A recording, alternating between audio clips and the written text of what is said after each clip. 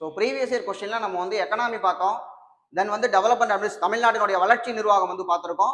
Already polity நம்ம பார்த்துருக்கோம். இன்னைக்கு வந்து நம்ம ஃபோர்த்தா நம்ம பார்க்க போறது என்னன்னா தமிழ்நாட்டின் வரலாறு, பண்பாடு, மரபு மற்றும் சமூக அரசியல் இயக்கங்கள்.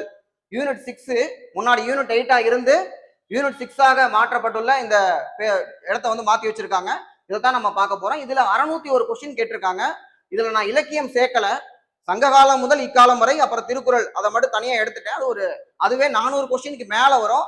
அப்போ 1000 கேள்விகளுக்கு மேல் கேட்கப்பட்ட ஒரே யூனிட். இப்பதான் இந்த 40 கேள்வின்னு குரூப் பண்ண சொல்லியிருக்காங்க. முன்னாடியே 45-50 கேள்வி கேட்பாங்க இதுல இருந்து. அந்த மாதிரி ஒரு வெயிட்டான டாபிக் இது. ஸோ இதுல என்னென்ன டாபிக்ல எவ்வளவு கொஸ்டின் கேட்டிருக்காங்க அப்படின்னு நம்ம பார்க்க போறோம். இன்னொன்னு என்னன்னா, சிலர் கமெண்ட்ல வந்து கேட்டிருந்தீங்க, இது மட்டும் படிச்சா போதுமா அப்படின்னு சொல்லிட்டு. இங்க போதும்னு சொல்றது எதுவுமே சொல்ல முடியாது. ஏன்னா இன்னைக்கு வந்து டீச்சருடைய ஒரு முக்கியமான ரோல், சொல்லி தர்றவங்க ட்ரெயின் பண்றாங்க அப்படின்னம்னா என்ன பண்ணணும்னு சொல்றதை விட என்ன பண்ணக்கூடாதுன்னு சொல்ல வேண்டிய இடத்துல இருக்கும். ஏன்னா இன்ஃபர்மேஷன் வந்து குப்பை மாதிரி நிறைஞ்சிருக்கு. இப்போ நீங்க யூடியூப்லயே பாருங்க, எவ்வளவு வீடியோஸ் இருக்கு, டெலகிராம்ல வந்து எவ்வளவு மெட்டீரியல் இருக்கு, எதை படிக்கிறது அப்படின்னு சொல்லி ஒரு பெரிய குழப்பமா இருக்கு. இதை படிச்சா போதுமா, இதை படிச்சா போதுமா, இதை படிச்சா போதுமா அப்படின்னு நம்ம இவ்வளவு தூரத்துக்கு நிறைய எடுத்து வச்சிருக்க மாதிரி இருக்கு. இந்த எக்ஸாமுக்கு இதுதான் கேட்கறாங்க, இதை மாதிரி படிங்க. கொஸ்டின்ஸை நம்ம டிஸ்கஸ் பண்ணுவோம். நான் பாலிட்டி, ஹிஸ்டரி, மற்ற டாபிக்லாம் சொல்லுவேன்.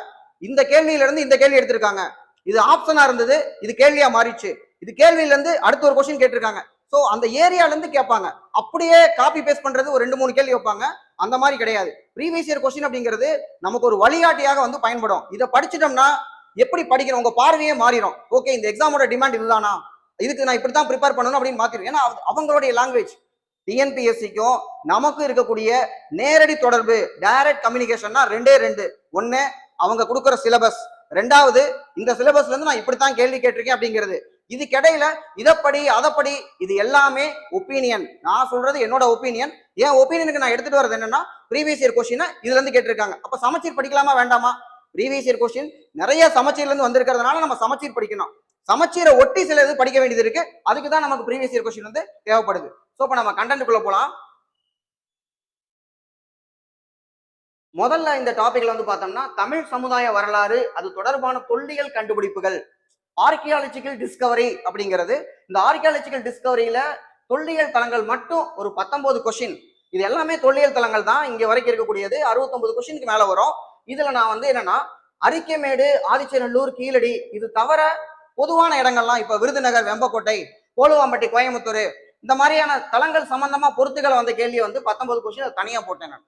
அதுக்கப்புறம் அரிக்கமேடு மட்டும் தனியா பிரிச்சோம்னா ஒரு 15 கொஸ்டின், ஆதிச்சநல்லூர்ல இருந்து 7 கேள்வி, கீழடியை பத்தி 8 கேள்வி, இது போக கல்வெட்டுகள் பத்தி மட்டும் கேட்ட கேள்வி ஒரு 15 கொஸ்டின் இருக்கு.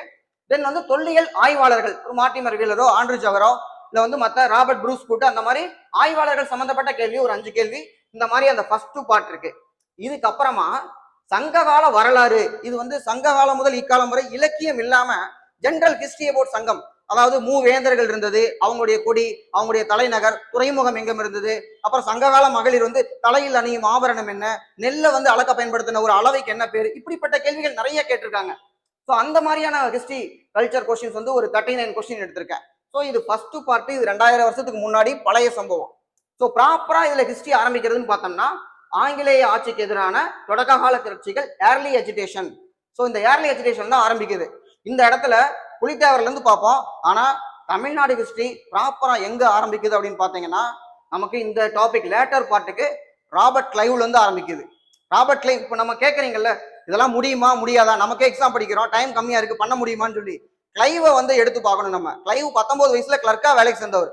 கிளர்க்கா வேலைக்கு சேர்ந்து கர்நாடக போர், முதல் கர்நாடக போர்ல தோற்கடிக்கப்பட்டு ஒரு சிறைவாசியாக பிடிச்சு வச்சிருந்தாங்க. உடம்பெல்லாம் கரிய பூசிட்டு செயின்ட் ஜார்ஜ் கோட்டையில இருந்து நடந்தே கடலூர் போய் கடலூர் அலர்ட் பண்ணாரு. யாரா நீ அப்படின்னு சொல்லி கேட்ட போது, நான் கிளர்க்கு, சுட தெரியுமா, சுட தெரியும்னா ஒரு கிளர்க்கா, அப்ப நம்ம கிளர்க்கா இருக்கோம், சுட தெரியுமான்னு கேட்டா சுடுவோம்னு சொல்லிட்டு ஆர்மிக்கு போவோமா, ட்ரை பண்ணி பாக்குறேன். ஏன்னா அவன் பிறவிலேயே ரவுடி ரோக்கா இருந்திருக்கான். ஸோ கிடைச்ச வாய்ப்பை பயன்படுத்தி இருக்கார் கிளைவ். அந்த இடத்துல சண்டைக்கு ஹெல்ப் பண்ணதுனால கிளைவை வந்து ஸ்டிங்கர் ட்ரெயின் பண்றாரு. அதுக்கப்புறம் ஆர்காட்டை கேப்சர் பண்ண முடியும்னு கனவு கூட கண்டிருக்க மாட்டாங்க. கிளைவ் வந்து ஸ்டிங்கரால முடியலைங்கிறாரு. முகமது அலி நம்மளால காப்பாற்ற முடியாது அப்படிங்கிறாங்க திருச்சியில. ஆனாலும் கிளைவ் வந்து நான் காப்பாத்துறேன், ஆர்காட்டுக்கு ஸ்கெட்ச் போடுறாரு. ஆர்காட்டு வீரர் கிளைவ் மட்டும் ஆர்காட்டை கேப்சர் பண்ணலைன்னா இதுக்கப்புறம் ஹிஸ்டரியில எதுவுமே இல்லை. டிஎன்பிஎஸ்சி இருந்திருக்குமா, யூபிஎஸ்சி இருந்திருக்குமா, இந்தியாவுக்கு இப்படி ஒரு வரலாறு இருந்திருக்குமா? லைவ் ஆர்காட்டை கேப்சர் பண்ணதான் மொத்தமும் இன்னைக்கு நம்ம போட்டிருக்க எல்லா பிளான்லையும். ஸோ அந்த இடத்துல அவர் ஆர்காட்டை கேப்சர் பண்றாரு. அதுக்கப்புறம் அவருக்கு பிடிச்சவங்களா முகமது அலி வந்து நவாப் ஆகிறாரு. அவருக்காக புலித்தேவர்கிட்ட சண்டை போட போறாங்க. இதுல நமக்கு 10th புக்ல புலித்தேவர்ல இருந்து ஹிஸ்டரி ஆரம்பிக்கிறாங்க. 10 கொஸ்டின். இந்த 10 கொஸ்டினுக்கு அது போதுமானு கேட்டா, புலித்தேவர், வேலு நாச்சியார், வீரபாண்டிய கட்டபொம்மன், வேலு நாச்சியாரோட ஹஸ்பண்ட் கிட்ட வேலை பார்த்தவங்க மருது சகோதரர்கள், இவங்களை பத்தின கேள்வி. அதுக்கப்புறம் தென்னிந்திய விடுதலை போறோம். அதுக்கப்புறம் திண்டுக்கல் கூட்டமைப்பு, அதுல இவங்க எல்லாரும் சேர்ந்துதான் போராடுறாங்க. தென் இவங்களோட தீரன் சின்னமலை. அடுத்ததா எல்லாத்தையும் மொத்தமா முடிச்சதுக்கு அப்புறம் கடைசியா வேலூர் கழகம். இந்தியாவுல அடுத்த ஐயனம் பார்ப்போம் நம்ம. 1857 புரட்சி. இங்க வேலூர் கழகம் 1806. 1857 தமிழ்நாடு அமைதி பூங்காவா விளங்கியது. ஏன்? ஏன்னா நீங்க 1857 பண்ணதான் நாங்க 1806லயே பண்ணிட்டோம். அப்ப இதோட நமக்கு வந்து போராட்ட காலம் முடிஞ்சிருச்சு. இதுல கேள்வியை பாருங்க, ஒவ்வொருத்தருக்கும் தனித்தனியா.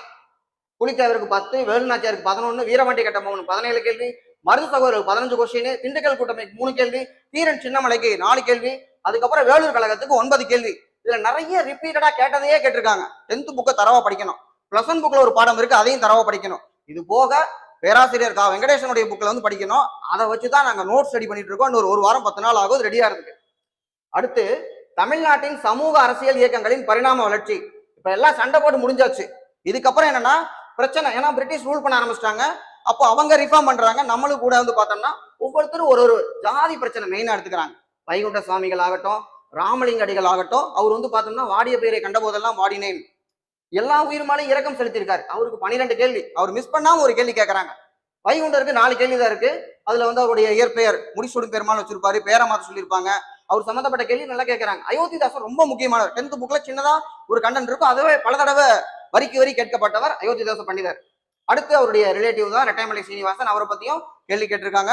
தாத்தா என்று அன்புடன் அழைக்கப்பட்டார். 7 கேள்வி அவருக்கு. அடுத்து MC ராஜா. இவங்க எல்லாருமே ஒரே இதுல வர்றாங்க. MC ராஜா அவருக்கு வந்து 4 கேள்வி. அப்ரஸ்ட் இந்துன்னு புக் எழுதியிருப்பாரு. 10th புக்ல இருக்கிறத முதல்ல தரவ படிக்கணும். இது இல்லாம பொதுவான கேள்விகள் சமூக சீர்திருத்தம் சம்பந்தமா ஒரு 7 கொஸ்டின்ஸ் கேட்டிருக்காங்க. தென் விடுதலை போராட்டத்தில் தமிழ்நாட்டின் பங்கு அப்படிங்கிறது ஹெட்டிங். இந்த ஹெட்டிங்கை நான் எப்படியெல்லாம் பிரேக் பண்ணியிருக்கேன்னு பாருங்க. விடுதலை போராட்டத்தின் பங்குனா இவங்க 1806ல வேலூர் புரட்சியோட முடிச்சிட்டாங்களா. 1857 நம்ம போராட்டத்துல கலந்துக்கல. அதுக்கு முன்னாடியே சென்னை வாசிகள் சங்கம் 1852 ஆரம்பிச்சிட்டோம். அதுல ஒரு 8 கொஸ்டின் கேட்டிருக்காங்க. முதல்ல தென்னிந்தியால சவுத்துல வந்து தெளிவான நோக்கங்களுடன் தொடங்கப்பட்டது சென்னை வாசிகள் சங்கம். இதே மாதிரி பெங்கால்ல ஒண்ணு இருக்கும், பாம்பேல ஒண்ணு இருக்கும். இது எல்லாத்துக்கும் சேர்ந்து இந்திய தேசிய காங்கிரஸ். ஸோ சென்னை மகாஜன சபை 1884, ஒரு வருஷம் காங்கிரஸ்க்கு முன்னாடியே இங்க இருந்துதான் காங்கிரஸ்க்கு அடித்தளம் போட்டிருக்காங்க. அதுக்கு ஒரு 7 கேள்வி. இதுக்கப்புறமா காங்கிரஸ் வந்து ஃபார்ம் பண்றாங்க. அது நம்ம ஐஎன்எம்ல பார்ப்போம். ஐஎன்எம்லயும் நான் லீடர் வைஸா பிரிச்சிருக்கேன், ஒவ்வொருத்தருக்கு எவ்வளவு கேள்வின்ட்டு. இப்ப இதுல காங்கிரஸ்ல தொடக்க காலத்துல பார்த்தோம்னா மிதவாதிகளா ஜி சுப்பிரமணிய ஐயர். நம்ம என்ன பண்ணிருப்பாங்க, 1877 வந்து 10th புக்லயே இருக்கும். டி முத்துசாமியை வந்து சென்னை உயர்நீதிமன்றத்தில் நீதிபதியா நியமிக்கிறாங்க. அவரை நியமிச்சோன்னே எப்படி ஒரு இந்தியரை நீதிபதியா நியமிக்கலாம், எல்லாம் கொந்தளிக்கிறாங்க. அப்பதான் பத்திரிகைகளே இல்லையா. ஜி சுப்பிரமணிய ஐயர் ஹிந்து பத்திரிகையை ஃபவுண்ட் பண்றாரு 1878. 77 சம்பவம், 78 வந்து பத்திரிகையை வந்து ஃபவுண்ட் பண்றாரு. இதுக்கப்புறம் இவர்கிட்ட சுதேசமித்திரன்ல வேலை பார்க்கிறவர் தான் நம்முடைய சுப்பிரமணிய பாரதியார். இந்தியா விடுதலை பத்திரிகைகள் சம்பந்தப்பட்டவர். அப்ப இவருடைய காலகட்டம் 1905ல 1905 பனாரஸ் காங்கிரஸ் மாநாட்டில் கலந்துக்கிறாரு. ஒரு மிதவாத கட்டத்துக்கும் தீவிரவாத கட்டத்துக்கும் இடையில இருக்காரு. தீவிரவாத கட்டத்துல இருக்காரு இவரு. அதுக்கப்புறம் பார்த்தோம்னா மத்த 12th புக்ல சூப்பரா கொடுத்துருப்பாங்க. அதாவது சுதேசி இயக்கத்துல மத்த பக்கத்துல எல்லாம் வளையல் மெழுகுவத்தி செய்யும் பொழுது 2 கப்பல் வாங்கி விட்டார். பாரத தாய் பெற்றெடுத்த 2 தவ புதல்வர்கள் அப்படின்னு சொல்லி பாரதியார் சொல்றாரு. இந்த கண்டென்ட் 10th-லயோ 12th-லயோ இருக்காது. கா வெங்கடேசன் அவருடைய புக்ல மட்டும்தான் இருக்கும். பாரத தாய் பெற்றெடுத்த 2 தவ புதல்வர்கள் சொல்லி அந்த 2 கப்பல் காலியோ லவோ வந்து சொன்னவரு. ஸோ வஉசி முக்கியமானவர், அவருடைய நண்பர். இதுல ஜி சுப்பிரமணிய ஐயருக்கு 4 கேள்வி, பாரதியாருக்கு 15 கொஸ்டின். இது அவர் இலக்கியம் சார்ந்து கேட்காம விடுதலை போராட்டம் சம்பந்தப்பட்டது. அடுத்து வந்து பார்த்தோம்னா வஉசிக்கு 33 கேள்விங்க.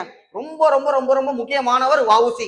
ஏன்னா அங்க எப்படி திலகரோ அதே மாதிரி இங்க வந்து நல்லா வந்து செம்ம கெத்தானவர் வஉசி. கப்பலோடைய தமிழன் செக்கெழுத்து செம்மல் அப்படின்னு சொல்றோம். அவருடைய நண்பர் சுப்பிரமணிய சிவாக்கு ஒரு 3 கொஸ்டின். ஏன்னா ஒரு கண்டென்ட் கம்மியா தான் இருக்கு, அதுல இருந்து கேட்டிருக்காங்க. அடுத்து வந்து பார்த்தோம்னா நான் ஆஷ் படுகொலை அப்படின்னு சொல்லி போட்டதுக்குள்ளேயே தான் வாவேசு வர்றாரு. பட் அவருக்கு மட்டும் ஒரு கேள்வியை தனியா பிரிச்சுட்டேன். ஒரு கொஸ்டின் இருக்கு, ஆஷ் படுகொலை. போன குரூப் 1ல ஆஷ் படுகொலை எப்படி கேட்டாங்கன்னா எனக்கெல்லாம் வருத்தம். கொஸ்டின் செட்டர் மேல எனக்கு நல்ல ஒப்பீனியன் இருக்கு. அவங்க தான் நமக்கு வந்து வேலை கிடைக்கிறதுக்கு காரணமானவங்க. அவங்க வைக்கிற கேள்விக்கு பரீட்சை எழுதி தான் நம்ம வந்து பாஸ் பண்ணி வர்றோம். ஆனா என்ன பண்ணிட்டாங்க, போன குரூப் 1ல ஆஷ் படுகொலை வந்து கேட்கறாங்க.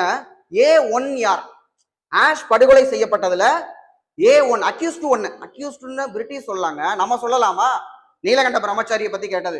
சோ சுடுறவரு வாஞ்சிநாதன், ஸ்கெட்ச் போட்டவரு நீலகண்ட பிரம்மச்சாரி, பிரவுனிங் ரக துப்பாக்கியை சுட சொல்லி கொடுத்தவர் வாவேஸ் ஐயர். சரியா? சோ அப்ப இவங்க எல்லாம் சம்பந்தப்பட்ட கேள்வி ஒரு 9 கொஸ்டின். இதுக்கப்புறம் தமிழ்நாட்டுல, ஏன்னா அவருக்கெல்லாம் தேவையா நீலகண்ட பிரம்மச்சாரிக்கலாம் 10 வருஷம் ஜெயில போயிருக்கணும், அதுக்கப்புறம் பொது உடைமையில் ஈடுபடும் சொல்லிட்டு சோ நமக்காக பாடுபட்டவர் அவர். அப்படி A1 கேட்டிருக்க கூடாது. ரைட், கேட்டாங்க. ஆஷ் படுகொலை சம்பந்தமா 9 கொஸ்டின் இருக்கு. தென் செண்பகராமன் பிள்ளை எம்டன் கப்பலை எடுத்துட்டு வந்து நீதிமன்ற கட்டடத்தின் மேல் பாம்பு போட்டவரு ஜெய்ஹிந்த் செண்பகராமன் சொல்லி சொல்றவரு, அவருக்கு ஒரு 2 கொஸ்டின் கேட்டிருக்காங்க. அடுத்து வந்து பார்த்தோம்னா தமிழ்நாட்டினுடைய சூப்பர் பவர்.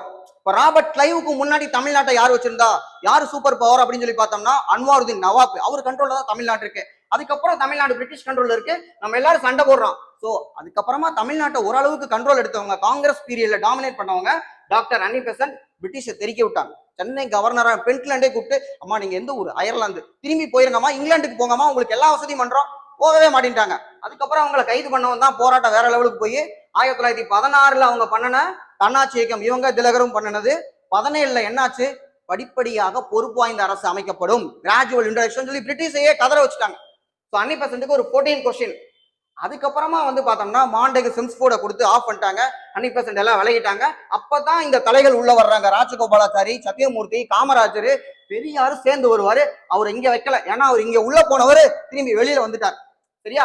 சோ அப்ப இதுல அன்னி பெசன்ட்டுக்கு 14 கொஸ்டின், ராஜகோபாலாச்சாரிக்கு 29 கொஸ்டின். ஏன்னா அவருடைய லெகசி பார்த்தோம்னா இங்க நமக்கு கிட்டத்தட்ட 19 பக்கத்துல ஒத்துழையாமை இயக்கத்துக்கு வந்து உள்ள வந்தவர். அதுக்கப்புறம் சட்ட மறுப்பு இயக்கத்துல பார்த்தோம்னா திருச்சிராப்பள்ளியிலிருந்து வேதாரண்யம் நோக்கி நடந்தாரே ஒரு மகான், அந்த மகான் இவர் தான். சரியா? 29 கொஸ்டின். அப்புறம் அவர் முதலமைச்சர் ஆகிறது. அதுக்கப்புறமா சுதந்திரத்துக்கு அப்புறம் முதலமைச்சர் ஆகிறது, குலக்கல்வி திட்டம், எல்லா கேள்வி இதுல வந்துடும் 29 கொஸ்டின். தென் தீரர் சத்தியமூர்த்தி, காமராஜர் அவருடைய அரசியல் குரு, 2 கொஸ்டின். இதுல வந்து பார்த்தோம்னா காமராஜரை பத்தி ஒரு கொஸ்டின் கேட்டாங்க. ஸ்ரீவில்லிபுத்தூர் குண்டுவெடிப்பு வழக்கில் கைது செய்யப்பட்டவர் யார் அப்படின்னு சொல்லிட்டு. குண்டுவெடிப்பு வழக்குல காமராஜர் கைதா, அந்த கண்டென்ட் நமக்கு புக்ல இல்ல, வெங்கடேசன் புக்லையும் ஃபுல்லா பார்த்துட்டே இல்ல. அழகப்பா யூனிவர்சிட்டியோட ஒரு ஹிஸ்டரி மெட்டீரியல்ல கிடைச்சது அந்த கொஸ்டின். சரியா? அதுல ஒரு 14 கொஸ்டின் காமராஜரை பத்தி பொதுவா வந்து கேட்டிருக்காங்க. ஆனா பாருங்க, இந்த மாதிரியான ஒரு கொஸ்டினுக்காக எல்லா மெட்டீரியல் தேடி பிடிக்க முடியாது. 10th புக்ல இருந்தும் +2 புக்ல இருந்தும் ஒரு கேள்வி கேட்டு நமக்கு தெரியலன்னா அந்த கேள்வி யாருக்குமே தெரியக்கூடாது. இதுதான் வந்து ஸ்ட்ராட்டஜி. எல்லாத்துக்கும் தெரிஞ்சதை நம்ம தெரிஞ்சு வச்சிருக்கணும். யாருக்குமே தெரியாத 1 2 எக்ஸ்ட்ராடினரிக்கு நம்ம, ஆர்டினரினா என்ன, ஆர்டினரி எக்ஸ்ட்ராடினரி அப்படிங்கிறது ஆர்டினரியா நம்ம பண்ண எக்ஸ்ட்ராடினரியா நம்ம மாறுவோம். ஸோ நல்லா தெரிஞ்சதை நம்ம தெரிஞ்சு வச்சுக்கணும். யாருக்குமே தெரியாத கேள்வியை நீங்க போடுறதுன்னு சொல்லிட்டு எல்லாத்துக்கும் தெரிஞ்ச 4 கேள்வியை தப்பு பண்ணக்கூடாது. சரியா? ஸோ அடுத்து டி பிரகாசம், ஆந்திரகேசரி, இவர் தலைமையில தான் உப்பு சத்தியாகிரகம், சென்னையில 3 கேள்வி அவருக்கு. அடுத்து மேதினம் கண்டவர் சிங்காரவேலனார் 6 கேள்வி. தோழர் ஜீவானந்தம் 2 கேள்வி அவருக்கு. இது இவங்கெல்லாம் இல்லாம பொதுவா இருக்கக்கூடிய கொஸ்டின் ஒரு 10 கொஸ்டின் இருக்கு, தனியா போட்டு வச்சிருக்கேன். அதுக்கப்புறம் பாருங்க 200க்கு மேல கேள்வி. நீதி கட்சி, தந்தை பெரியார், சுயமரியாதை இயக்கம், அறிஞர் அண்ணா. இதுல நீதி கட்சி அப்படின்னம்னா ஒரு சின்ன போர்ஷன், ஒரு ஷார்ட் டேர்ம். 1916 ஆரம்பிக்கிறாங்க கட்சி, 1920 ஆட்சிக்கு வர்றாங்க. அப்போ ஆட்சிக்கு வந்த உடனே சாதனைகள் என்ன, இவங்க தான் முதல்ல ஃபீல்ட் டெஸ்ட் பண்றாங்க. 1919 மாண்டேகு செம்ஸ்போர்டு சீர்திருத்த சட்டத்தை காங்கிரஸ் ஏத்துக்கல, ஒத்துழையாமை இயக்கத்தில் இருந்தாங்க. ஆனா நீதி கட்சி அதை ஏத்துக்கிட்டு அவங்க இரட்டை ஆட்சினா எப்படி இருக்கும் அப்படிங்கிறத டயார்கியை வந்து டெஸ்ட் பண்ணி கொடுத்ததே நீதி கட்சி தான். ஸோ அப்ப அவங்களுடைய சாதனைகள், வீழ்ச்சி, கட்சி விழுகுது. எப்படி பாகுபலி படத்துல செலவு விழுகும் போது ஒத்த ஆளா எடுப்பார் இல்லையா, அந்த மாதிரி நீதி கட்சி வந்து சரிவை நோக்கி சென்று 1937 தோல்வியை சந்திக்குது. அப்ப வர்றாரு பெரியார் உள்ள, சிறையில் இருந்து கொண்டே நீதி கட்சியினுடைய தலைமை பொறுப்பை ஏற்றார். 1944 திராவிடர் கழகம் என்று பெயர் மாற்றம் செய்யப்பட்டது. அப்புறமா வந்து அப்பாவுக்கும் பையனுக்கும் இடையில பிரச்சனை, கருத்து வேறுபாடு காரணமாக 1949 திராவிட முன்னேற்ற கழகம் 1949 ராபின்சன் பூங்கால கொற்ற மலையில வந்து ஆரம்பிக்கப்படுகிறது. ஸோ அப்ப இவரு தந்தை பெரியார் ஒரு தனிநபராக வெளியே வர்றார் காங்கிரஸ் விட்டு, காங்கிரஸ்ல இருந்தவர். எதுக்கப்புறம் சேரன் மாதேவி குருகுல பிரச்சனை, வாவேஸ் ஐயர் அவருக்கு அந்த இடத்துல இருந்து. இதுக்கப்புறமா என்னன்னா சுயமரியாதை இயக்கம் ஆரம்பிக்கிறார். சுயமரியாதை இயக்கத்தை பத்தி 38 கொஸ்டின் கேட்டிருக்காங்க. சோ பெரியார் சுயமரியாதை இயக்கம்னா கிட்டத்தட்ட 100 கொஸ்டின் இவரை பத்தி மட்டும், ஒரே ஒருத்தரை பத்தி மட்டும். பெரியார் வந்து ரொம்ப முக்கியமான ஒரு டீம் பேசல. அடுத்து வந்து பார்த்தோம்னா அறிஞர் அண்ணாவுக்கு 37 கொஸ்டின், அதுல அவருடைய இலக்கிய படைப்புகளும் அடங்கும்.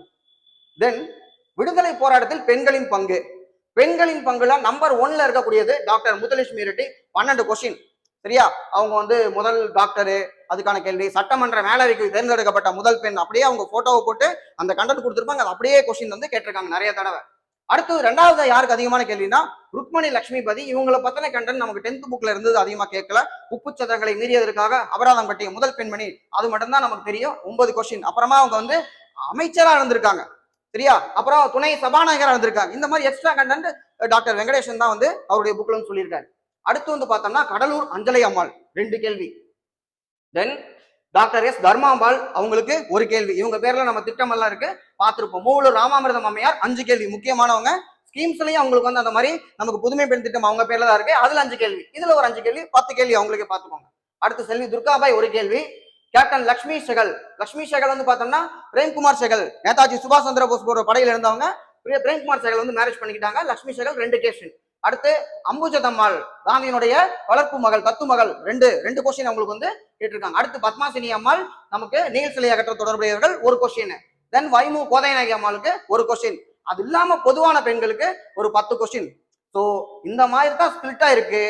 இந்த ஒரு ஸ்பிளிட்டப்ப வச்சுக்கிட்டு தான் நம்ம என்ன பண்ணணும், யாருக்கு எவ்வளவு கொஸ்டின் கேட்கறாங்க, இந்த கொஸ்டினுக்கு இது போதுமா, இப்போ நமக்கு ஒரு கிளாரிட்டி கிடைச்சிருக்கும். சமச்சீர் மட்டும் போதுமா அப்படின்னோம்னா கொஸ்டின் பார்க்கும்போது நான் சொல்றேன், சமச்சீர் மட்டும் பத்தாது. ஆனா சமச்சீர் படிக்காம, சமச்சீர் என்பது உங்களுக்கான, நான் எங்க சார்ட்ட கேட்டேன், நான் சமச்சீர் புக், நான் வந்து ஸ்கூல் புக் வச்சு படிச்சுட்டு இருக்கேன். அப்ப நிறைய பேர் கலர் கலரா பிளமிங்கோன்னு ஒரு புக் இருக்கும், டாடா மக்கர்கள் இவ்வளவு பெரிய புக் இருக்கும், பெரிய பெரிய புக் வச்சு படிப்பாங்க. என்ன சார் எல்லாரும் பெரிய பெரிய புக் வச்சு படிக்கிறாங்க, எனக்கு பயமா இருக்கு, நான் இந்த ஸ்கூல் புக் படிச்சா போதுமா அப்படின்னு. அதுக்கு அவர் சொன்னது என்னன்னா, ஸ்கூல் புக் அப்படிங்கிறது பேஸ் மட்டம் மாதிரி. பேஸ் மட்டம் போட்டா நீ கட்டணம் எவ்வளவு பெருசா வேணாலும் கட்டலாம். பேஸ் மட்டம் போடாம நீ கட்டடத்தை எவ்வளவு பெருசா கட்டினாலும் அது விழுந்துரும். அப்ப ஸ்கூல் புக் படிக்காம வேற ஏதாவது ரெஃபரன்ஸ் புக்காக படிச்சுக்கிட்டே இருக்கு அப்படின்னம்னா நிக்காது. ஸோ ஸ்ட்ராங் ஃபவுண்டேஷனுக்கு சமச்சீர் புக் அவசியம். குறிப்பா யூனிட் 6க்கு சமச்சீர் புக் கண்டிப்பா நமக்கு தேவை. ஸோ இதை வச்சு நம்ம வந்து கொஸ்டின்ஸ் அடுத்து பார்க்க ஆரம்பிப்போம். அகைன் அடுத்து நம்ம வந்து பார்க்க போறது என்னன்னா, இந்தியன் நேஷனல் மூவ்மெண்ட்டுடைய இதே மாதிரி அனாலிசிஸ் வந்து தலைவர்கள் வைஸா நம்ம வந்து பார்க்க போறோம். வெயிட் பண்ணி பாருங்க. தேங்க்யூ.